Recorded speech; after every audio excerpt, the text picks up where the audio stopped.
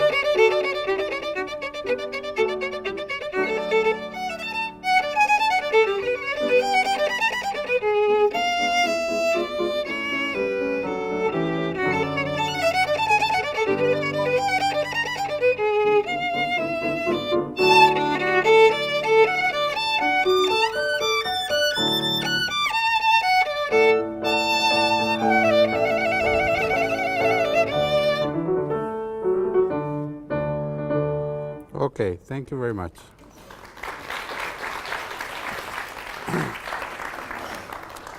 Okay, again, like I said, we will try to treat this concerto as if it was written by Mozart, and we will try to maybe address a little bit some factors or some figurations that are or much closer to Mozart, like for example the Joachim tradition of interpreting this concerto. Now the Joachim tradition always talks, or at least practiced, with the mentality of playing two notes in one legato and two notes separate. Those are the basis of that particular tradition. And I, being sort of a student or being connected, my teacher was, and we did in a class many years ago play this concerto. We were always told to interpret, or many figurations we were told to interpret as ta ta ta ta ta ta. Okay, and this is what I like or prefer, let's say, to listen to when we play this concerto. Two legato and two separates. Yes. Şimdi dediğiniz gibi ne olursa olsun Mozart tradisyonunda inceleyeceğiz bunu. Ve aslında bu konçertonun bir de Joachim tradisyonunda çalınma şekli var. Ve Joachim tradisyonunda çalınma şekli de iki bağlı ve iki ayrı. Yani iki legato ve iki ayrı şeklinde ve ben kendim de, yani Stromatis'in kendisi de aynı şekilde dinlemeyi ve çalmayı seviyor. Kendi hocası da aynı şekilde zamanında ona bu şekilde öğretmiş. Also, for example, in your I don't know which you're using a Russian edition, but I mean the Russian edition also relates to that Joachim edition in a sense that you see some of the figurations that you actually have ta ta ta ta ta ta ta. For example, here, okay. So you hear tia ta ta ta ta ta ta ta ta ta ta ta ta. This is something that we adapted throughout the concerto, and we used it throughout the concerto. So she should know that. Other concertos. Throughout. Bütün konçertoda bu figürü göreceğiz. Bütün konçerto içerisinde bu figürü gösteriyoruz. Bu figür üzerine de zaten oluşmuş. So for example here,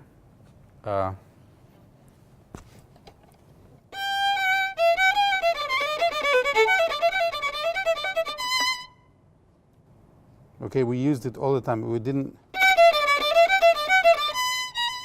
Okay, we adapted the fast work always as a in a principle of 2 and 2. Hızlı yerleri her zaman 2-2, yani iki bağlı iki ayrı olarak düşünmen lazım. Also, it's a good vehicle and a good, at least regardless of its history, whether correct or not correct, it is still written in the style of Mozart, close enough for people to doubt whether Mozart wrote it or not. So we like to, like I said, like to adapt to it or use it as a practice concerto and figure out the best way of doing this particular approach in preparation of studying a more major work of Mozart. Yani Mozart'ın yazıp yazmamasına bağlı kalmayarak, Mozart yazmış gibi düşünerek, diğer büyük konçertolara da hazırlık olsun diye Mozart stilindeki gibi çalışmaya başlamamız lazım bu konçertoları. Okay. Also, if, again, even if we treat it as a kids concerto, which we did, we still like to also emphasize, or at least we were told by our teachers, to emphasize a heavier points and a lighter points in the phrasing. Yani bir öğrenci konçertosu olarak algılansa bile ne olursa olsun basis noktalarını, yani ağır noktaları ve hafif noktaları ne olursa olsun yine de belirgin bir şekilde göstermemiz lazım. And for example, when you played this work, everything sounded very much equal. Sen çaldığın zaman her şey biraz fazla düz duyuldu. It's not. It's Ama not. değil.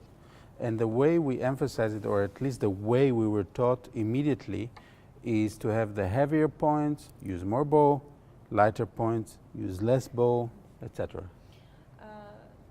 Öğrenilme şekli aslında ne olursa olsun daha ağır noktaları daha büyük arşeyle, daha hafif noktaları daha küçük arşeyle çalman gerekiyor. Okay, so this thing we try to divide right away in a student's mind, and make sure that this is a good preparation for the coming concertos.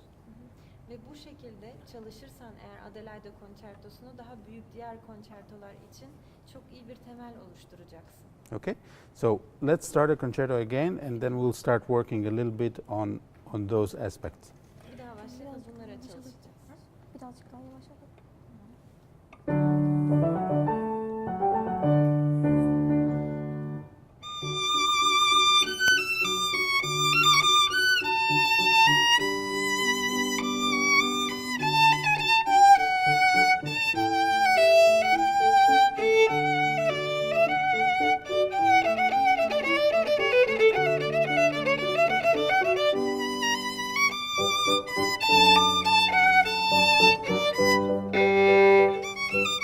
Okay, very good, very good, very good.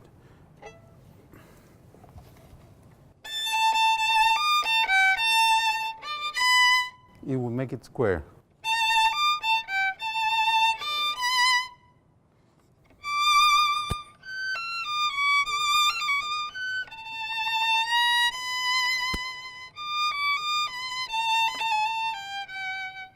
Eğer bu şekilde çalarsan, eğer bu şekilde çalarsan daha az köşeli çalmış olursun. Biraz fazla köşeli geliyor. Let's see if we can separate this thing in your mind. Kendi kafanda öncelikle bunu bölümlemen lazım. Lean a little bit on a downbeat, and then lighten up and use less bow for the up. Birinci vuruşta birazcık daha oturman gerekiyor. Yukarı vuruşta ise birazcık daha hafiflemen lazım. Yes? Let's give it a try.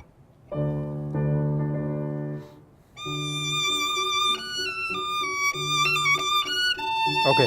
Ta ti da ra ra ta ra ra pa pa ra ra. A little bit like that. Birazcık o şekilde. Not so much bow on the up. İttiğin notalarda fazla arşe kullanma.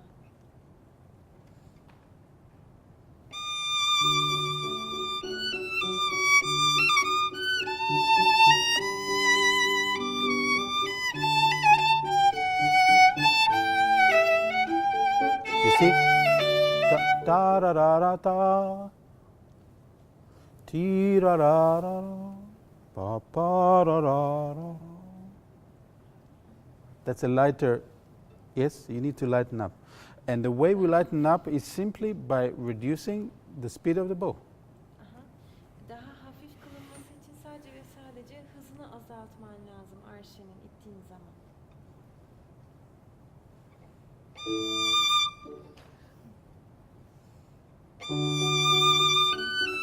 Yeah, too much bow. Ta ti ra ra ra. Büyük arşe. Ta ti ra ra ra ra ra ra.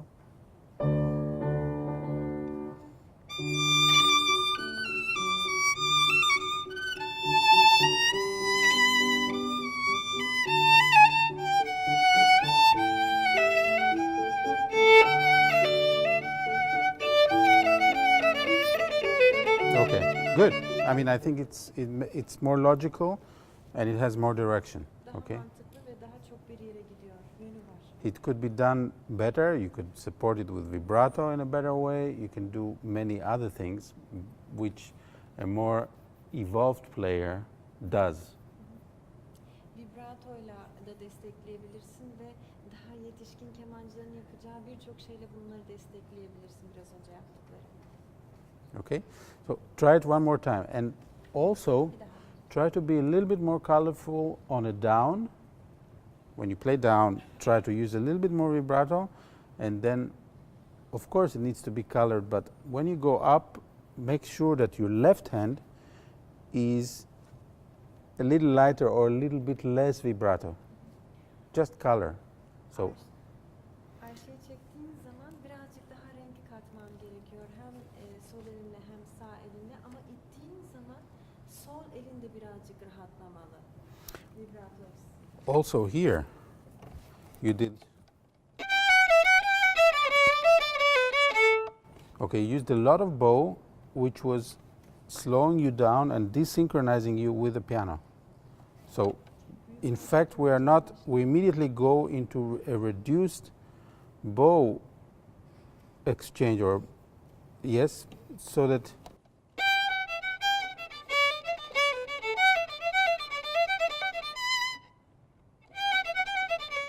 it gives us two things. It gives us speed, okay, and it gives us precision to be synchronized with the piano. So when you do this, it's not necessarily to your advantage. Eğer daha küçük arşe kullanırsan iki yönde bize çok yardımcı oluyor. Hem piyanoyla daha aynı anda senkronize olabilirsin hem aynı anda sana hız kazandırır. Çok fazla büyük yaptığın zaman sadece sana hız kaybettiriyor, gereksiz birazcık. Don't use the full bow.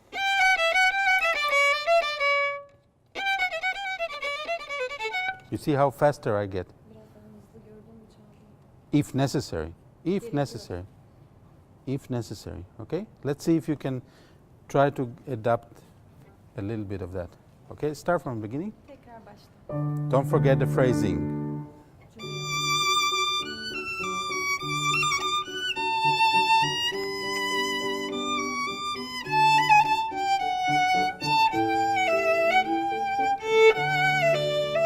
Now, little. Yeah, it's difficult for her to change right away 2 and 2 and 2. Okay? Hemen değiştirmek zor olabiliyor, doğru. Okay, that's fine. Do it once slow, just a passage, Bir pasajı yavaş bir kez. just without piano. Okay, now faster. Biraz daha hızlı.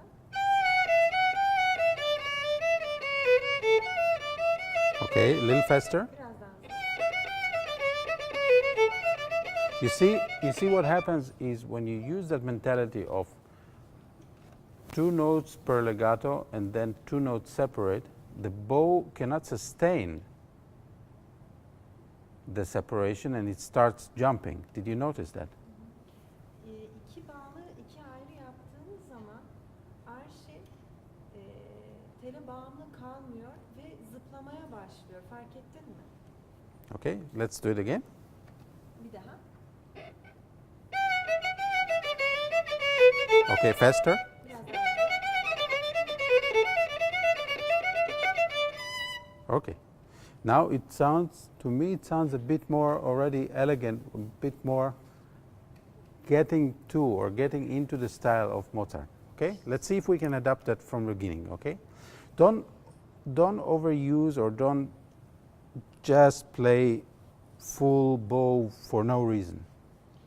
Boş yere büyük arşe kullanma. Biraz önce yaptıkların bile artık daha çok Mozart stiline yaklaştı. Tekrardan çalalım. Okay? Let's start from the beginning. En Yeah? başta.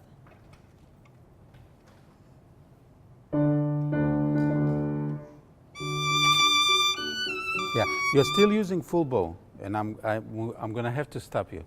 You don't need full bow. Tüm arşeye ihtiyacın yok. Burada dahi.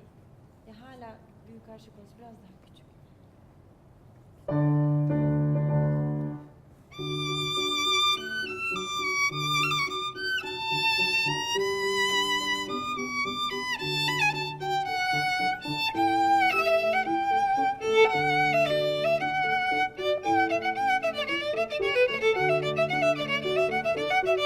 Sing. Yeah, good, good. I really appreciated your effort. Gerçekten takdir ediyorum senin I really appreciated your effort. But there are two things that you need to pay attention that are different now from styling, okay? Do not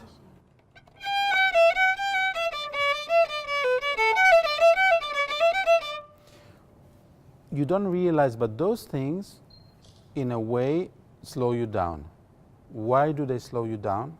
Because we notice that you are involved in everything that you do And before you know it, a few years from now, not so many years from now, a few years ago, every note that you will play, you will have to move your body because your mind will not separate the body from the work that you are doing. Vücudunla aynı anda hareket etmen özellikle küçük notalarda seni yavaşlatıyor ve bundan birkaç sene sonrasında her notada hareket etmek zorunda kalacaksın çünkü kendi keman çalışını vücudundan ayıramayacaksın.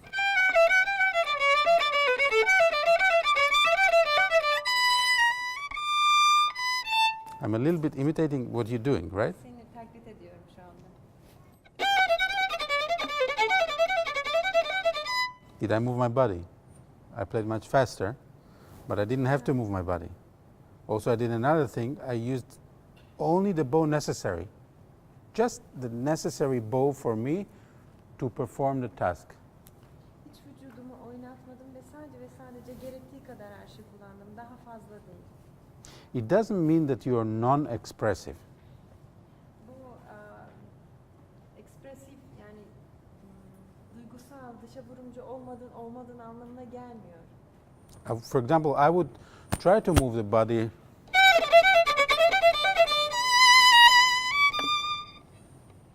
then it becomes expressive. Vücudumu mesela orada hareket ettirmeyi tercih ederim. O zaman gerçekten tam duyguyu verebilirim.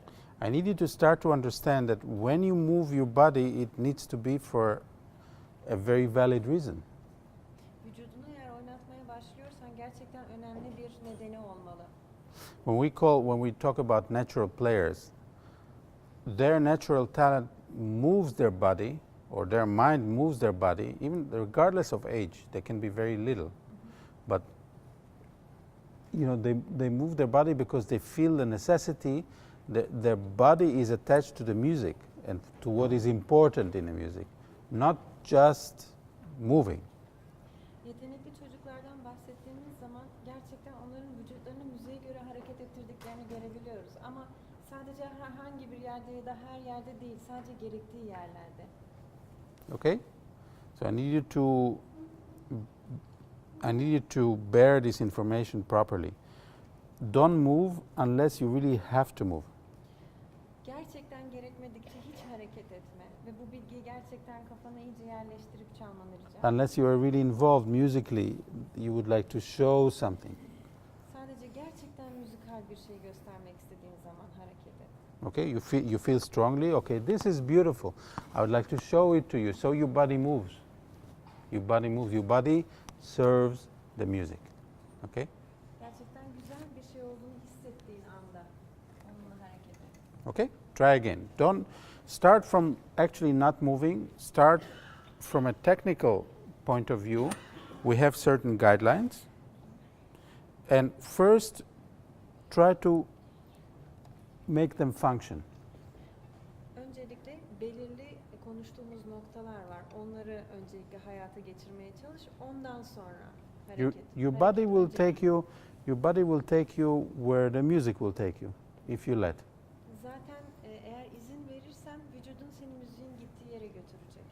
I don't necessarily, not always, I don't necessarily share this schooling or this mentality of now the music comes so everything is, the body is moving. There are traditions like that. Sometimes even we know Russian teachers in the Russian tradition, and I'm not cutting it down at all, has a very clear way of doing this. Use a full bow, move your body. We need to show something to the audience at all times. But some things of what you show to the audience are more important than other things. So there, for me, the difference becomes important. Bazı Rus okullarında olduğu gibi aslında hocalar işte bütün arşiyi kullan, bütün vücudunu kullan, hareket etsin vesaire bu şekilde öğretiyorlar. Ben kesinlikle tabii ki buna karşı değilim. Fakat bazen çok daha önemli şeyler var bunlardan. I don't say this because of disrespect. In the contrary, I mean, I think, for example, Russian tradition has a great tradition of moving people to perform musically.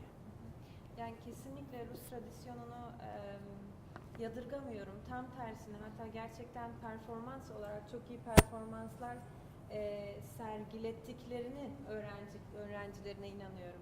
So, and me being born in Russia, I know that. But I think it is important, more important, to move your body where the music is becoming more important to you. Okay? Ben Rusya'da doğan birisi olarak tabii ki bütün bunları biliyorum ama ne olursa olsun gerçekten müziğin önemli olduğu noktalarda vücuduna hareket ettir.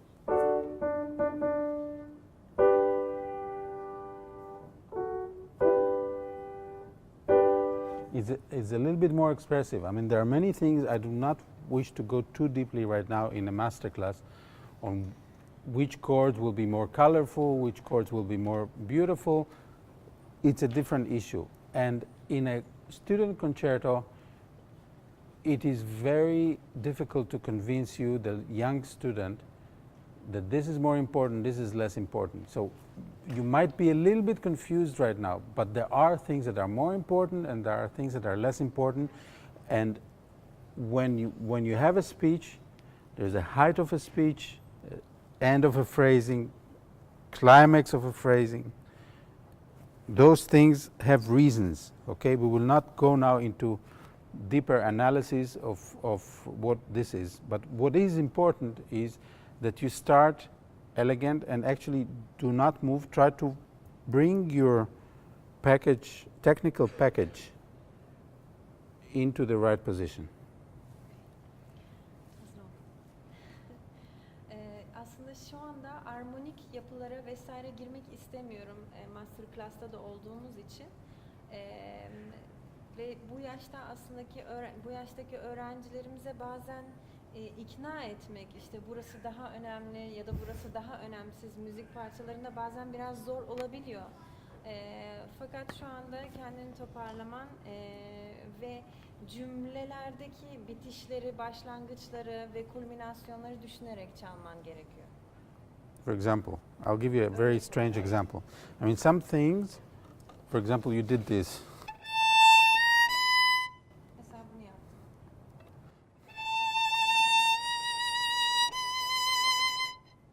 For me, that is lacking vibrato. I mean, it's all a question of training of the ear. It's a question of where things are more important.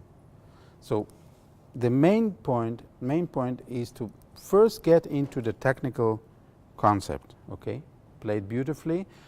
If there is a leading tone or a modulation, then yes, I would like. It would be nice to hear. Okay.